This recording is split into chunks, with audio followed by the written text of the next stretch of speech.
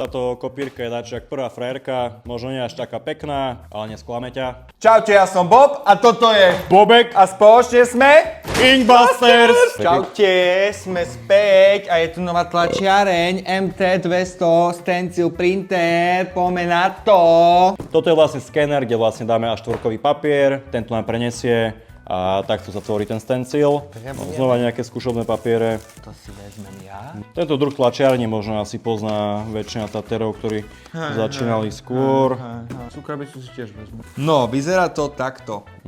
Čiže nič špeci, v balení bol iba napájací kabel. No, k dizajnu by si čo povedal?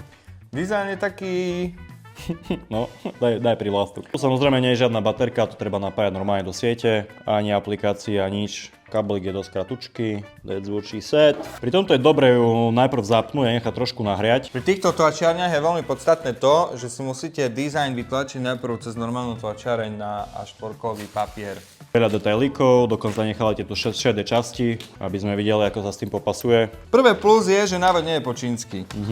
Nejaký fotomód, aby to tlačilo kus jemnejšie, zrkadlenie, to je tu. Zapnuté, vypnuté, stop, copy. Jednoduchý stroj. V tomto prípade sa žltý papier ochabuje, necháva. Stačí odstrániť iba tento hnedý. Tu ho natrískame. A Tak, necháme tie prednastavené veci, ktoré tam boli, zatiaľ to nebude nič meniť. Tu je dizajník. Dizajník treba vkladať takto dnu, pretože skéner je z vnútornej strany. Teraz. ja som furt fascinovaný z tohto procesu. Problém je ten, že vlastne keď tu dáte tento dizajn, tak vám ho najprv sosne papier, čiže nám ho doberie kúsok z tejto časti. A ak vidíte tú medzeru, tak vlastne je to trochu posunuté a nie vždy ten dizajn vyjde úplne až po koniec, čiže treba s tým počítať. Takže toto treba rozdeliť na dve, alebo ten dizajn robiť menší, alebo sa tu dá nahradiť tento papier rolkou. Aj papier, aj rolku nájdete samozrejme na protetu. Ale kámo. V skúsenosti s takýmito tlačiarňami ten stencil drží fakt, že brutálne. Dobre, nabijeme znova papier. Dáme Dipness 2 teraz? Hop, Tak ho dáme. poď.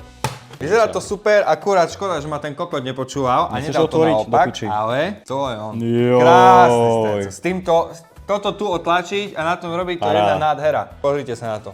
Za mňa táto kopírka je dačo jak prvá frajerka, možno nie až taká pekná, ale nesklame ťa. Úplne v pohode, všetko funguje jak má. Proste škaredé, ale spoľahlivé.